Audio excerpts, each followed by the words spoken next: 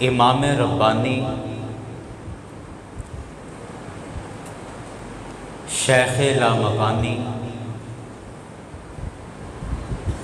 हज़रत मुजद्दिद अल्फ़सानी शेख अहमद फ़ारूकी सरहंदी रहमतुल्लाह ताला अलैह, आपका विसाल शरीफ इसी महीने के अंदर हुआ 28 तारीख को। और दूसरी जो बड़ी हस्ती, बड़ी शख्सियत, वो आशिक रसूल हज़रत अल्लामा मौलाना शाह अहमद रज़ा ख़ां फ़ाज़िल बरेलवी रहमतुल्लाह अलैह, आपका विसाल शरीफ इसी महीने में हुआ। और इन दोनों हस्तियों के हवाले से मैं एक बुनियादी सी बात अर्ज़ करके फिर आगे बात चलाता हूँ कि इमाम रब्बानी, ऊपर का स्पीकर, इमाम रब्बानी मुजद्दिद अल्फ़सानी रहमतुल्लाह अलैह, आपको अल्लाह ने वो मकाम और मर्तबा अता फ़रमाया है कि अल्लाह ने आपको 1000 साल का मुजद्दिद बनाकर भेजा है। 1000 साल का मुजद्दिद बनाकर भेजा है। मैं अर्ज़ करता हूँ ये मुजद्दिद क्या है। और हज़रत शाह अहमद रज़ा ख़ां फ़ाज़िल बरेलवी रहमतुल्लाह अलैह, आपको अल्लाह ताला ने 1 सदी का मुजद्दिद बनाकर भेजा है। अब ये असल में मुजद्दिद क्या है? मुजद्दिद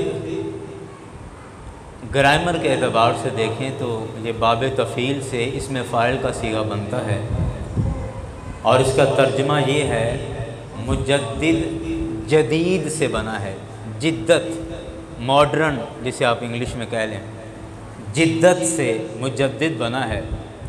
और इसका माना और मतलब ये है कि मुजद्दिद उस शख्सियत को कहा जाता है कि जब रसूल पाक सल्लल्लाहु अलैहि वसल्लम के दीन के अंदर बिदअतें शामिल हो जाएं, सरकार के दीन के अंदर रस्म व रिवाज लोग शामिल कर दें और दीन का हुलिया बिगड़ने लग जाए, दीन की शक्ल सूरत बिगड़ने लग जाए, तो फिर अल्लाह ताला इस उम्मत में से किसी ज़ात को मुजद्दिद का रुतबा अता करता है।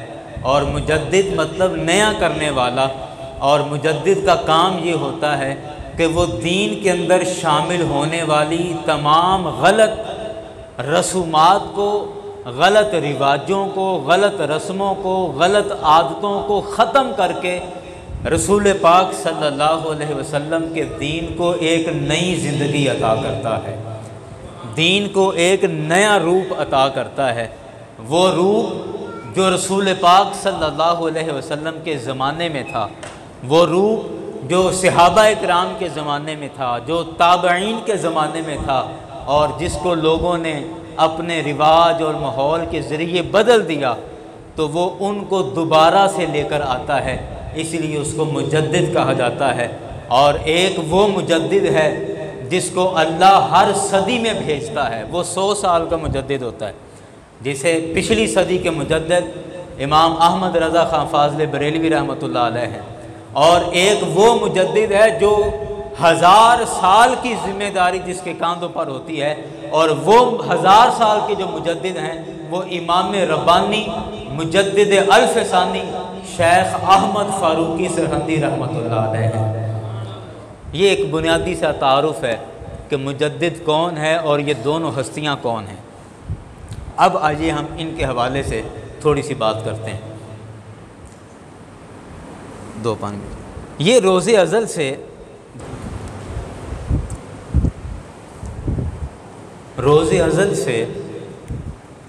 अल्लाह तबारक व तआला का ये उसूल और ये कानून रहा है कि अल्लाह ताला ने हज़रत आदम अलैहिस्सलाम को पैदा किया, बनाया, और जब अपनी रूह आदम अलैहिस्सलाम में फूंकी तो अल्लाह ने कुरान पाक में इरशाद फरमाया फ़ाइज़ा नफ़ख़्तु फ़ीहि मिन रूही फ़क़अू लहू साजिदीन। फ़रिश्तों से कहा कि फ़रिश्तों, जब मैं अपनी फूंक इस आदम के जिस्म में फूंक दूँ तो फ़क़अू लहू साजिदीन, तुम सब ने आदम के सामने सजदा करना है। अल्लाह का हुक्म था। जब आदम अलैहिस्सलाम में उस रूह को फूंका गया तो सब ने सजदा किया। और कुरान क्या कहता है कि इल्ला इबलीस, सब ने सजदा कर दिया, शैतान ने सजदा नहीं किया। अबा वस्तकबरा वकाना मिनल काफिरीन, उसने सजदा करने से इनकार किया, तकब्बुर किया और वो काफिरों में से हो गया। अल्लाह ताला ने आदम अलैहिस्सलाम को पैदा किया तो साथ ही शैतान बन गया। अब आदम अल्लाह के नबी हैं जो अच्छाई और नेकी की तरफ बुलाते हैं, लेकिन साथ ही एक शैतान है जो साथ ही शैतान एक बन गया जो बुराई और गुनाह की तरफ बुलाता है। और ये हक और बातिल का मार्का लग गया। ये इस मैदान में हक अल्लाह ने हज़रत आदम अलैहिस्सलाम को अता किया और शैतान बातिल रहा। और हक और बातिल का, सच और झूठ का, अच्छाई और बुराई का, नेकी और बदी का एक मुकाबला, एक मैदान जंग लग गया। और ये रोज़े अज़ल से है, पहले दिन से ये सिलसिला चल रहा है। आप इससे आगे आ जाएं, हज़रत इब्राहीम अलैहिस्सलाम के दौर में आ जाएं तो हज़रत इब्राहीम अलैहिस्सलाम के ज़माने में भी ये जंग लगी रही।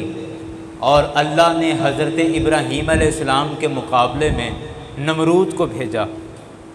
अब उस मैदान में हक इब्राहीम अलैहिस्सलाम के साथ है और बातिल नमरूद के साथ है, लेकिन ये जंग लगी है। एक तरफ इब्राहीम अलैहिस्सलाम है और दूसरी तरफ नमरूद है। जंग चल रही है सच और झूठ की, हक और बातिल की, नेकी और बदी की, ये जंग चल रही है।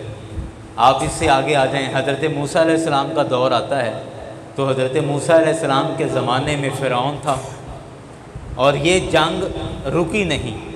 किसी दौर में भी ये जंग रुकी नहीं। नेकी और बदी की जंग हमेशा लगी रही है, अच्छाई और बुराई की जंग हमेशा रही है। मूसा अलैहिस्सलाम का ज़माना था तो फ़िरौन आ गया। रसूल अकरम सल्लल्लाहु अलैहि वसल्लम का ज़माना था तो कई फ़िरौन आए, कभी अबू जहल की सूरत में, कभी अबू लहब की सूरत में, कभी उतबा की सूरत में, कभी शैबा की सूरत में, कभी किस रंग में, कभी किस रंग में, कई फ़िरौन आए। अल्लाह अकबर, अल्लाह अकबर। किसी शायर ने कहा कि रहे हैं और भी फ़िरौन मेरी घात में अब तक, मगर क्या गम कि मेरे आस्तीन में है यदे बैज़ा। कि बड़े फ़िरौन मेरी घात में लगे रहे, मेरे मुकाबले में लगे रहे, बड़े बड़े फ़िरौन मेरे साथ मैदान जंग में रहे हैं, लेकिन मुझे क्या गम है, मुझे कुछ दुख नहीं, कोई गम नहीं, कोई परेशानी नहीं कि मेरे आस्तीन में यदे बैज़ा है। यदे बैज़ा का मतलब क्या कि अल्लाह ने मुझे हक की दौलत अता फरमाई है।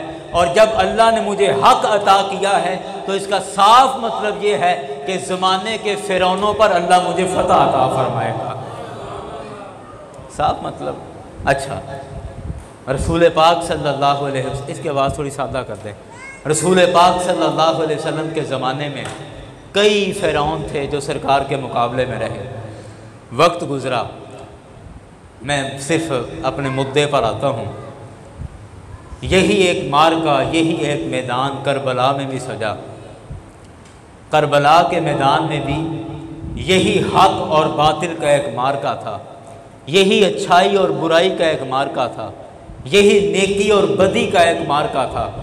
लेकिन उस मैदान में हक इमाम हुसैन के साथ था और बातिल यजीद के हवारियों के पास था। तो अल्लाह ताला ने फरमाया कुरान पाक के अंदर, फरमाया कुल, ए हबीब आप इनसे फरमा दीजिए, जा अल हक़ व ज़हक़ल बातिल, कि हक आ गया है और बातिल भाग गया है। इन्नल बातिल काना ज़हूका, और बेशक बातिल भागने वाला है। बातिल बोलें, बोलो यार, भागने वाला है। हक आ गया और बातिल भाग गया, और बातिल हमेशा भागने वाला है। और आप देखते हैं कि इन तमाम मैदानों में, इन तमाम मार्कों में जब हक आ गया तो बातिल भाग गया, और अल्लाह फरमाता है बातिल भागने वाला है। आप आदम अलैहिस्सलाम का मैदान देखें तो अल्लाह ने आदम अलैहिस्सलाम को फतह अता फरमाई। इब्राहीम अलैहिस्सलाम का मैदान देखें तो अल्लाह ने इब्राहीम को फतह अता फरमाई और नमरूद को जूते पड़े। और आप हज़रत मूसा अलैहिस्सलाम का ज़माना देखें तो अल्लाह ने हज़रत मूसा को फतह अता फरमाई और फ़िरौन ज़लीलो रुस्वा हुआ। आप रसूल पाक का ज़माना देखें तो अल्लाह ने मेरे आका को फतह अता फरमाई।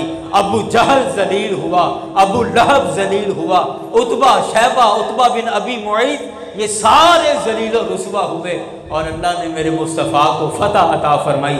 मैदान करबला के अंदर हक इमाम हुसैन के साथ था तो अल्लाह ने इमाम आले मकाम को फतह अता फरमाई। और ये दुनिया का, पूरी दुनिया का सबसे अजीब मार्का था कि शहीद होने वाला जीत गया और जिंदा बचने वाला हार गया था। इस आसमान की आंख ने कभी ऐसी जंग नहीं देखी होगी। हम तो आज पैदा हो गए हैं ना, आसमान तो पहले दिन से ही है, ये तो रोज़े अज़ल से है, इसने बड़ा कुछ देखा है, इस ज़मीन ने बड़ा कुछ देखा है।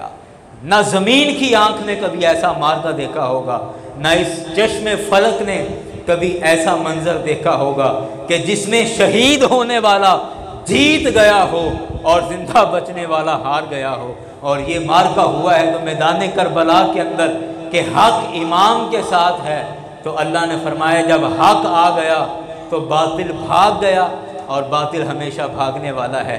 यारान गिरामी, इसी तरह का एक मार्का, अब आइए अपने मजमून पर, कि इसी तरह का एक मार्का हमारे हिंदुस्तान के अंदर पेश आया।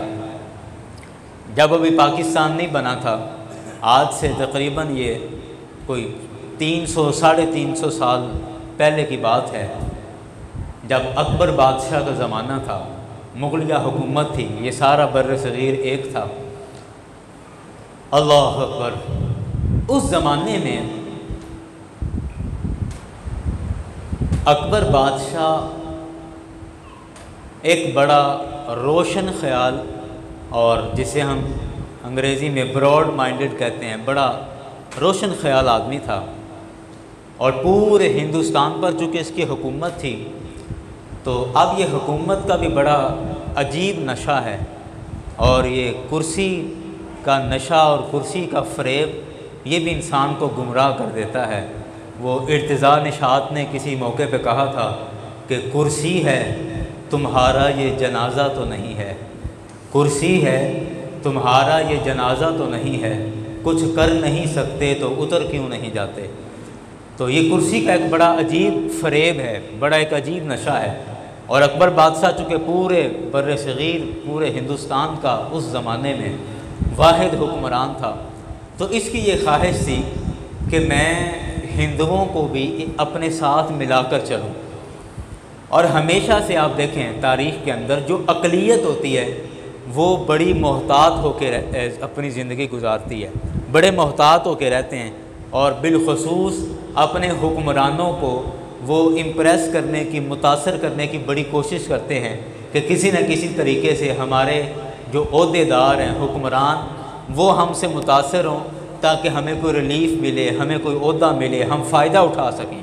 और जो अक्सरियत होती है, जैसे पाकिस्तान के अंदर मुसलमान अक्सरियत में हैं और मुसलमान ही हैं जो सुस्त हैं, हम इसी वहम के अंदर हैं कि हमारी तादाद सबसे ज़्यादा है, और हमारे पाकिस्तान के अंदर ईसाई थोड़ी मिकदार में हैं और इनसे भी ज़्यादा थोड़ी मिकदार में मरज़ई हैं, कादियानी हैं, लेकिन वो इतने चुस्त हैं और इतने एक्टिव हुए पड़े हैं कि वो हम पर, हमारे ईमान पर हमला करने का कोई मौका जाने नहीं देते। और हम हैं कि खरगोश की नींद सोए पड़े हैं, सुस्त हुए पड़े हैं, और हमें सिर्फ यही वहम है कि हमारी तादाद सबसे ज़्यादा है और हम इस्लामी जमहूरिया पाकिस्तान के अंदर हैं। हमें जागना पड़ेगा, आंखें खोलनी पड़ेंगी, हमें कान अपने खड़े रखने पड़ेंगे अगर हमने इस पाकिस्तान के अंदर अपना ईमान बचा के रखना है। तो बाहर क्या, तो उस ज़माने में भी मुसलमान धुत हुए पड़े थे, अय्याशी के अंदर, शराब नोशी के अंदर, पैसा खूब था जनाब, शादियों पर शेर व शायरी और ख़वातीन का डांस और रक़्स और रात भर शराब की महफ़िलें, ऐशो इशरत की ज़िंदगी, और इसी नशे में धुत और बड़े खुश फहम थे। और ये खुश फहमी थी कि पूरे बर्र सग़ीर में मुसलमानों की हुकूमत है, और उधर मुसलमानों का जो हुक्मरान था अकबर बादशाह, उसके पीछे हिंदू चढ़े हुए थे। ईसाई तो उस ज़माने में थे ही नहीं। ईसाई हमारे इलाके में तब आए जब अंग्रेज़ आया, 1857 के अंदर अंग्रेज़ आया, और उसके बाद ये ईसाई पैदा हुए हैं हमारे बर्र सग़ीर के अंदर। इससे पहले नहीं थे, हिंदू थे और मुसलमान थे। मुसलमान अक्सरियत में थे, हिंदू कम थे, लेकिन हिंदू हुकूमत के जो मेन ओहदेदार थे, हिंदू वहाँ तक पहुँचे हुए थे। अब इन्होंने अकबर बादशाह को अपनी बातों में लिया हुआ था कि देखें जी, हम सब इंसान हैं, हमें मिलजुल के रहना चाहिए, हमें एक दूसरे का ख्याल करना चाहिए, एक दूसरे के मज़हब का एहतराम करना चाहिए। इस तरह बातों में लेकर अकबर बादशाह से ऐसे फ़ैसले करवाए, और अकबर बादशाह ने ऐसे फ़ैसले किए कि जो इस्लाम के सरासर ख़िलाफ़ थे। अब आप सुने उसने क्या किया। उसने ऐलान कर दिया, हिंदुओं ने उसे कहा जी आप गाय की कुर्बानी करते हैं, मुसलमानों के यहाँ ये बड़ी अफजल है गाय की कुर्बानी, रसूल पाक सल्लल्लाहु अलैहि वसल्लम की सुन्नत है, आप हर साल गाय की कुर्बानी करते हैं। लेकिन गाय जो है वो हिंदू मज़हब के अंदर वो हमारी एक बड़ी मुक़द्दस माता जी हैं, और उसकी कुर्बानी से हमें बड़ी तकलीफ़ होती है। तो अगर आप इस गाय की कुर्बानी पर पाबंदी लगा दें तो जो बर्र सग़ीर के अंदर रहने वाले हिंदू हैं वो तकलीफ़ से बच जाएंगे, और वो आपको दुआएं देंगे, आप पर राज़ी हो जाएंगे, खुश हो जाएंगे। तो इस बेवकूफ़ ने, अकबर बादशाह ने ऐलान कर दिया कि पूरे बर्र सग़ीर के अंदर किसी को इजाज़त नहीं है कि कुर्बानी के मौके पर गाय की कुर्बानी करे। गाय ज़िबा करने पर पाबंदी लगा दी, और ये काफिरों के हाथों ऐसा यरगमाल हो गया कि एक एक करके इसने दीन के कई अहकामात बदल दिए। इसने रोज़ा रखने पर पाबंदी लगा दी, और इसने बाकायदा ऐलान किया कि रमज़ान शरीफ के अंदर अगर कोई मेरे दरबार में आए तो वो पान खाकर आए, उसके मुंह में पान होना चाहिए, ताकि मुझे पता चले कि इसने रोज़ा रखा है कि नहीं रोज़ा रखा। किसी को रोज़ा रखने की इजाज़त नहीं है। मस्जिदों को ताले लगवा दिए गए, मदरसों को बंद कर दिया गया, और साथ इसने अपनी एक टीम बना दी, कमेटी बना दी, और उसने कहा कि कुछ चीज़ें इस्लाम से लो और कुछ चीज़ें हिंदू धर्म से लो, और इनको मिलाकर एक हम नया मज़हब बनाते हैं, और वो मज़हब ऐसा होगा जिसमें ना हिंदुओं को कोई परेशानी होगी और ना मुसलमानों को कोई परेशानी होगी। हम एक नया दीन लेकर आएंगे जिसमें कुछ मुसलमानों की चीज़ें लेकर, कुछ हिंदुओं से चीज़ें लेकर एक नया मज़हब बनाएंगे, और पूरे हिंदुस्तान के अंदर उसी मज़हब को हम राइज करेंगे। ये पूरी तैयारियां हो चुकी थीं, और नए दीन की तैयारियां करने लग गए, और उस दीन का नाम भी इन्होंने दीन अकबरी रखा, और बाद में आके इन्होंने उसको दीन इलाही भी कहना शुरू कर दिया कि नहीं, ये दीन अकबरी नहीं, ये दीन इलाही है। जब ये सारा कुछ हो रहा था, रसूल अकरम सल्लल्लाहु अलैहि वसल्लम के दीन को, आका अलैहिस्सलाम के मज़हब को यूँ तब्दील किया जा रहा था, तो मैं कहता हूँ अल्लाह ने इस दीन को क़यामत तक के लिए ज़िंदा रखना है। ये क़यामत तक के लिए कायम रहने वाला दीन है। मेरे रसूल की रिसालत क़यामत तक के लिए कायम रहने वाली है। मेरे मुस्तफ़ा पर नाजिल होने वाली किताब कुरान मजीद क़यामत तक रहने वाली किताब है। दीन इस्लाम क़यामत तक रहने वाला दीन है। इसको जो बदलने की कोशिश करेगा, इसको जो मिटाने की कोशिश करेगा, वो खुद मिट जाएगा। इस दीन की हिफाजत खुद रब्बे कायनात के ज़िम्मे है। इस दीन को कोई ख़त्म नहीं कर सकता। अल्लाह ऐसे मुजाहिद भेजता है, अल्लाह ऐसे अपने सिपाही भेजता है, अल्लाह अपनी फ़ौज भेज देता है। अल्लाह अकबर, अल्लाह अकबर। अल्लाह तबारक व तआला ने इस मार्के में जब ये साजिश हो रही थी इस्लाम के ख़िलाफ़, पूरा दीन बदला जा रहा था, पूरा दीन, और इसकी बाकायदा हुकूमत की तरफ से इसकी प्लानिंग हो चुकी थी। तो अल्लाह ने इस बातिल के मार्के में, इस मैदान के अंदर हक देकर इमाम रब्बानी मुजद्दिद अल-फ़सानी रहमतुल्लाह अलैह को भेजा।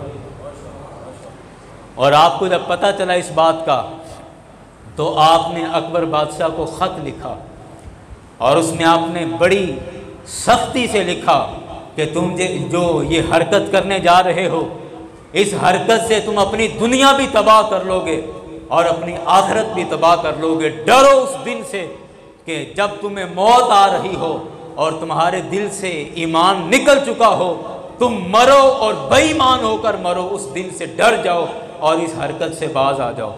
एक ख़त लिखा और उसने कहा ये किसी मौलवी का ख़त है, पीर साहब का ख़त है, चलो, और मुझे जो वाहिद हुक्मरान है पूरे बर्र सग़ीर का, मुझे क्या फ़र्क पड़ता है इस ख़त से।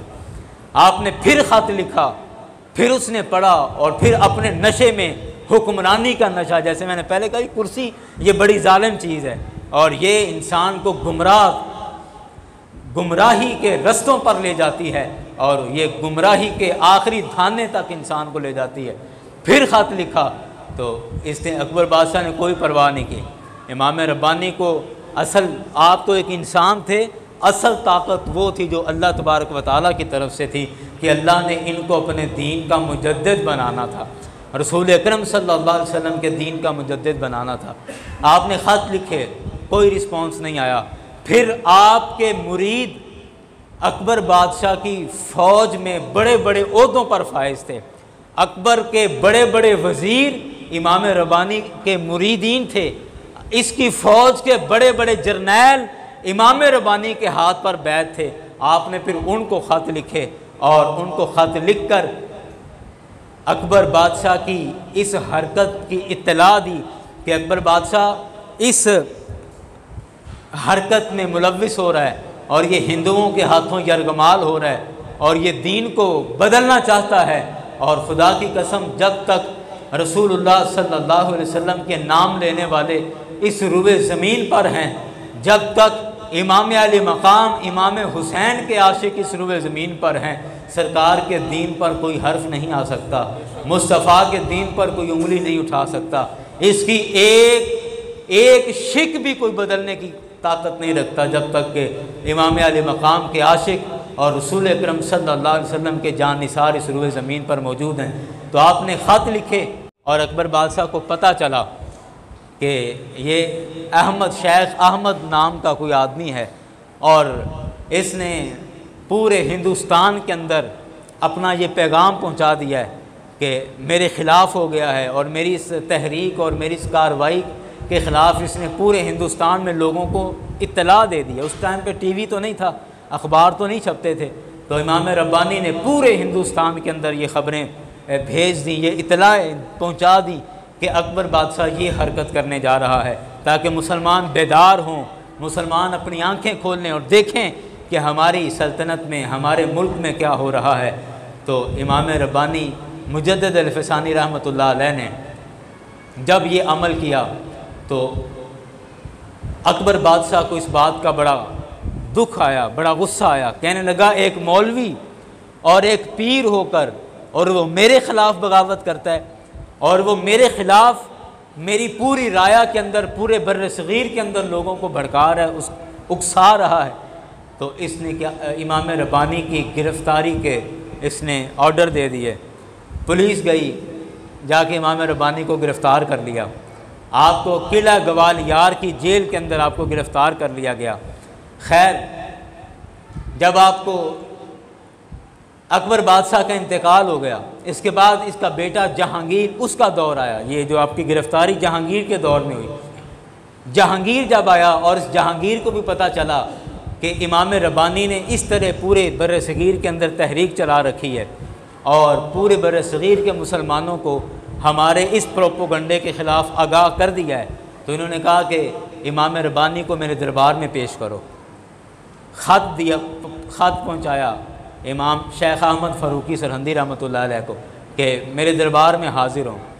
और उस वक़्त अकबर बादशाह के दरबार का ये हाल हो चुका था कि इसने अपने दरबार के अंदर सजदा करने को जायज़ कर दिया। कहा कि सजदा ताज़ीमी करना जायज़ है और कोई भी जब मेरे दरबार में आएगा तो सबसे पहले मुझे सजदा करेगा।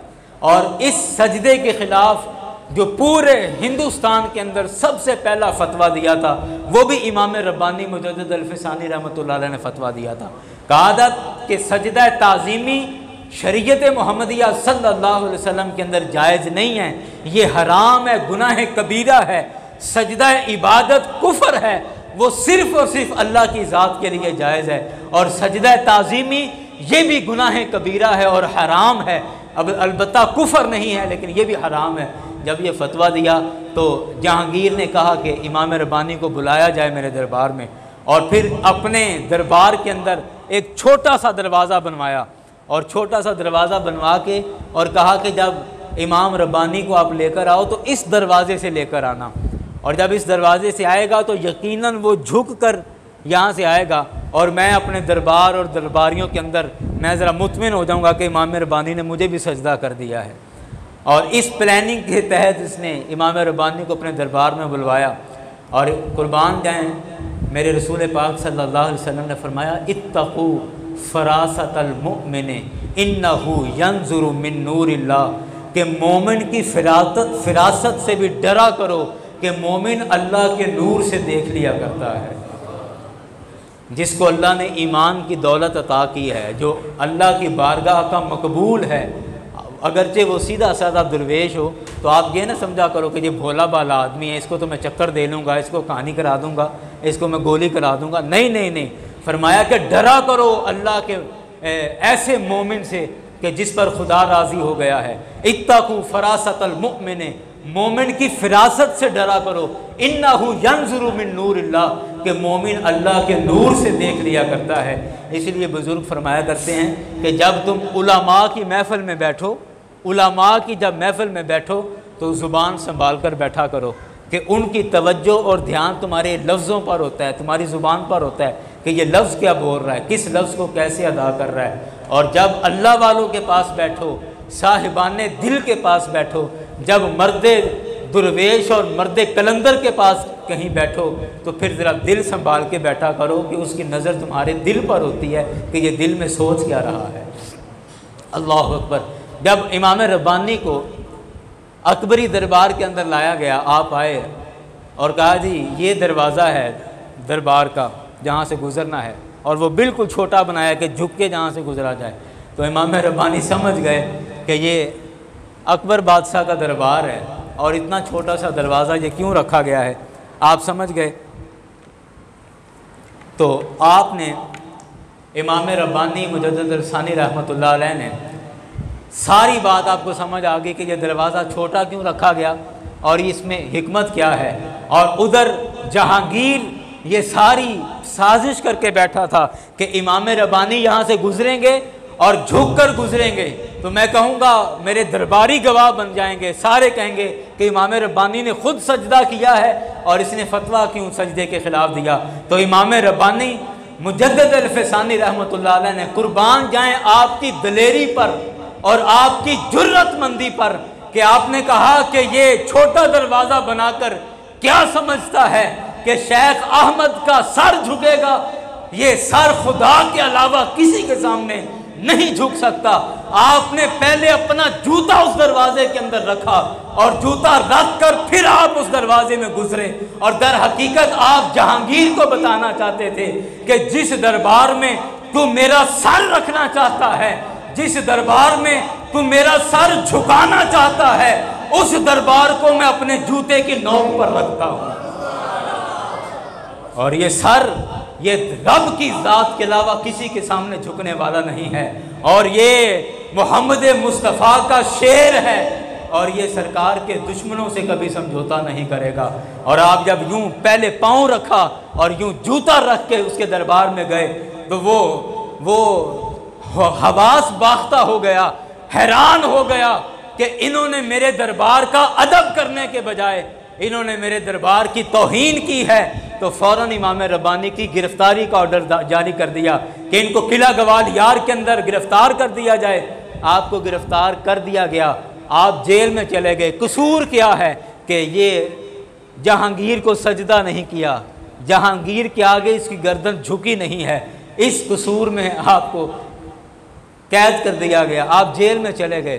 कुर्बान जाएं, जब अल्लाह ताला का फजल और उसकी रहमत साथ होती है ना, हम हज़ार तदबीरें कर लें, हम हज़ार सोचें सोच लें, और जब तक अल्लाह नहीं चाहता हमारी हज़ारों तदबीरें सारी की सारी मिलिया मेट हो जाती हैं।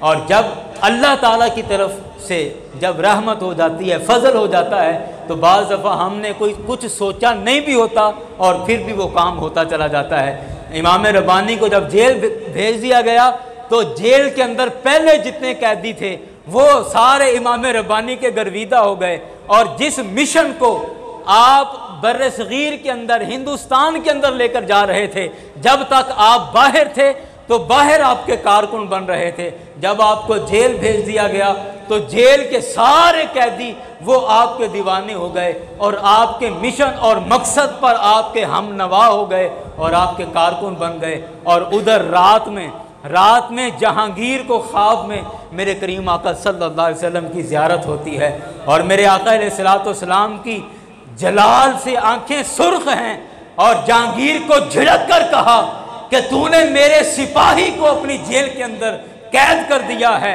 मेरे मुजाहिद को तूने अपनी जेल के अंदर कैद कर दिया है। और मेरे आका ने जलाल के साथ कहा कि अगर अपनी हुकूमत बचाना चाहता है तो मेरे अहमद को फ़ौरन रिहा कर दे। अब ये जैसे उठा, अगले दिन फ़ौरन गया किला ग्वालियर के अंदर और जेल में जाकर इमाम रब्बानी से मुलाकात करता है। जेल का ताला खोल के, दरवाज़ा खोल के कहता है, हुजूर मेरे साथ बड़ी हो गई है, अब मुझे आर्डर आ गए हैं, मुस्तफ़ा अलैहिस्सलाम ने आपकी हिमायत कर दी है, हुजूर मेहरबानी फरमाएं, बाहर तशरीफ़ ले आएँ, मुझसे बड़ी गलती हो गई, मैं कसूरवार हूँ, मुझे माफ़ कर दीजिए। ये भी मैंने दुनिया का पहला कैदी देखा है कि जेल का दरवाज़ा खोल कर वक़्त का बादशाह हाथ बांध के कहता है कि बाहर तशरीफ़ ले आएँ, और कैदी कहता है नहीं, ऐसे नहीं आऊँगा।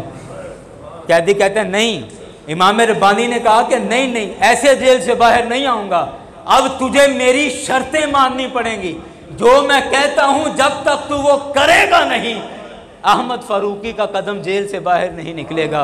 ये भी दुनिया का अजीब कैदी था, अजीब कैदी था। यहाँ तो कैदी जेलें तोड़ के भाग जाते हैं कि कोई वक्त हो कि हम यहाँ से निकलें, और कुर्बान जाएं इस कैदी पर जो असल में असीरे जुल्फ़े रसूल था, असीरे जमाले मुस्तफ़ा था, जो असल में किला ग्वालियर का कैदी नहीं था, वो इश्क़ मुस्तफ़ा का कैदी था, वो जुल्फ़े मुस्तफ़ा का कैदी था, वो मोहब्बत मुस्तफ़ा का कैदी था कि जेल का दरवाज़ा खोल कर बाकायदा बादशाह कह रहा है कि बाहर आ जाएं, कहते नहीं ऐसे बाहर नहीं आऊँगा, पहले जो तूने गाय की कुर्बानी पर पाबंदी लगाई है, बाकायदा शाही फरमान जारी कर कि पूरे हिंदुस्तान के अंदर गाय की कुर्बानी करने की आम इजाज़त है, और दिल्ली के चौक के अंदर अपने हाथों से गाय को ज़िबा कर फिर शेख अहमद फ़ारूकी का कदम जेल से बाहर निकलेगा।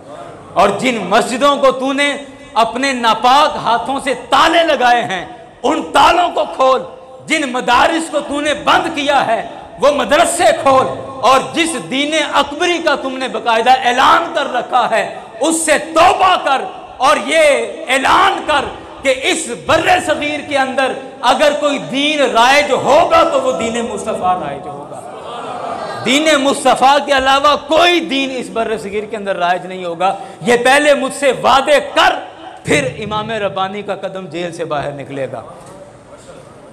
अब पीछे जितनी बड़ी सिफारिश थी और पीछे जितना बड़ा हाथ था, कहने लगा हुजूर आप जो कहते हैं, आपकी हर बात सर आंखों पर, खुदा के लिए बाहर तशरीफ़ ले आएँ, आप जैसे कहते हैं मैं करता चला जाता हूँ। ये बादशाह वक्त कह रहा है कि जैसे कहते हैं मैं करता चला जाता हूँ, खुदा के लिए बाहर तशरीफ़ ले आएँ। इमाम रब्बानी मुजद्दिद अल-फ़सानी फिर जेल से बाहर तशरीफ़ लाए, और ये आपका वो मकाम था। यारान गिरामी, आज जो ज़माना हम देख रहे हैं, आज जो वक्त हम देख रहे हैं, मैं एक बात पहले अर्ज़ कर दूँ कि डॉक्टर इकबाल रहमतुल्लाह अलैह, आप जब ये इमाम रब्बानी का एज़ाज़ यानी आपकी अज़मत पर दलालत है कि डॉक्टर इकबाल ख़ुद लाहौर से सफ़र करके सरहंद गए और इमाम रब्बानी के रोज़ा अक़दस पर जाकर हाज़िरी दी। इमाम रब्बानी रहमतुल्लाह अलैह के रोज़ा अक़दस पर जाकर हाज़िरी दी, और उस मौके पर डॉक्टर इकबाल के ये बड़े मशहूर शेर हैं। इसने कहा कि हाजिर हुआ मैं शेख मुजद्दिद की लहद पर, वो लहद के है ज़ेर फलक मतलाए अनवार। अल्लाह अकबर अल्लाह अकबर। कहता है कि गर्दन न झुकी जिसकी जहांगीर के आगे, वो जिसके नफसे गर्म से है गर्म ये अहरार, वो हिंद में सरमायाए मिल्लत का निगहबां, अल्लाह ने बर वक्त किया जिसको खबरदार। ये इकबाल ने लिखा इमाम रब्बानी के हवाले से। कहता है कि मैं शेख मुजद्दिद की लहद पर, उनके रोज़े पर, उनकी कब्र पर मैं हाजिर हुआ, और उनकी कब्र पर क्या था? कहता है कि वो लहद के है ज़ेर फलक मतलाए अनवार। कहते हैं इकबाल की आंख ने जो देखा है कि इस आसमान के नीचे वो लहद ऐसी बाबरकत जगह है कि अल्लाह के अनवार तजल्लियात उस कब्र से निकल रहे हैं, अल्लाह के अनवार बरस रहे हैं। मतला अनवार, अनवार के तुलू होने की जगह वो इमाम रब्बानी की कब्र है।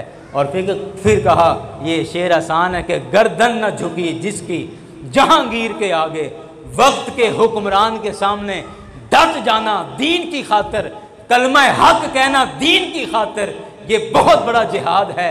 और ये जिहाद इमाम रब्बानी मुजद्दिद अल-फ़सानी रहमतुल्लाह अलैह ने इस बर्र सगीर के अंदर किया।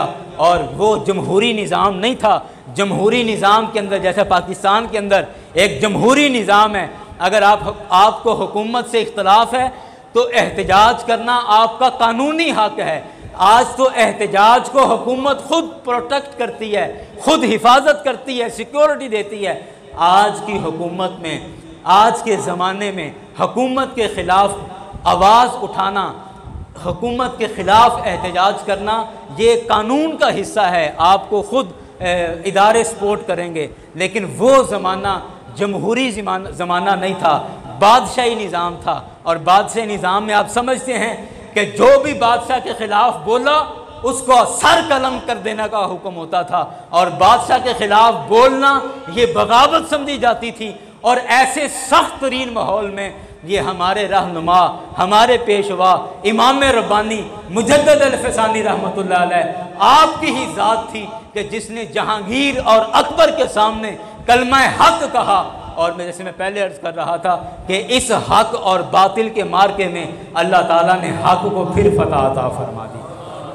और यारान गिरामी, ये बात याद रखें कि आज अगर पाकिस्तान में या आज अगर हिंदुस्तान के अंदर भी हम मुसलमान कुरान पर अमल कर रहे हैं, जब दिल करता है कुरान पढ़ते हैं, आज हमारे मदारिस आबाद हैं, आज हमारी मस्जिदें आबाद हैं।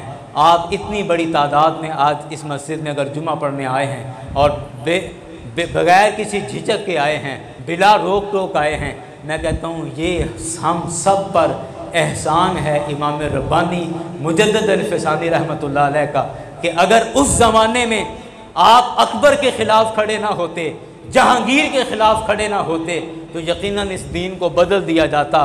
और आज हम जिस दीन पर चल रहे होते, अल्लाह जाने वो कैसा दीन होता। आज हमारे ईमान का क्या हाल होता और हमारे ईमान का क्या हशर नशर होता। मैं कहता हूँ आज हमारी नस्ल का इस पूरे बर्रे सगीर के अंदर और क़यामत तक इस बर्रे सगीर में बिलखुसूस हमारा बच्चा बच्चा इमाम रब्बानी का एहसानमंद है। हमारा एक एक जवान उनका एहसानमंद है कि जिस तरह नवासा रसूल हज़रत इमाम अली मकाम इमाम हुसैन रज़ी अल्लाहु अन्हु आपका पूरी दुनिया के अंदर हर मुसलमान और मुसलमान का हर बच्चा इमाम अली मकाम का एहसानमंद है पूरी दुनिया के अंदर कि आप अगर करबला के मैदान में अपनी कुर्बानी ना पेश करते और अपनी जान देकर रसूल पाक सल्लल्लाहु अलैहि वसल्लम का दीन ना बचाते तो इस पूरी दुनिया के अंदर शायद इस्लाम जिंदा ना बचता। इसी तरह इस बर्रे सगीर के अंदर अगर इमाम रब्बानी मुजद्दिद अल-फ़सानी रहमतुल्लाह अलैह आप अपनी कुर्बानियाँ पेश ना करते तो शायद आज हमारे तक भी दीन इस हालत में ना पहुँचता। इसीलिए हमारी नस्ल का बच्चा बच्चा इमाम रब्बानी का एहसानमंद है और उनके लिए दुआ गो है कि उन्होंने हमारे लिए रसूल पाक सल्लल्लाहु अलैहि वसल्लम के दीन को इस तरह तरोताज़ा रखा है जैसा सहाबा के ज़माने में मुस्तफ़ा के दीन की हालत थी, जैसे ताबईन के ज़माने में थी। और आखिर में मैं ये बात अर्ज़ करने लगा हूँ कि देखें सरकार के नाम का कितना फैज़ है, सरकार के नाम की कितनी बरकत है कि मेरे मुस्तफ़ा अलैहिस्सलाम का नाम जो सरकार की वालिदा ने रखा वो क्या था? अहमद। वो क्या था बोलें? सरकार की वालिदा ने सरकार का नाम क्या रखा? सारे आखिर तक बोलें, क्या रखा? अहमद। अहमद रखा। और मेरे मुस्तफ़ा अलैहिस्सलाम के सिपाही, वो सिपाही और वो सरकार के मुजाहिद, सरकार का नाम अहमद और मेरे मुस्तफ़ा का ये दीन और इस दीन की हिफाजत बर्रे सगीर के अंदर जिसने की और जिसको हजार साल का मुजद्दद बनाया उसका नाम भी अहमद है।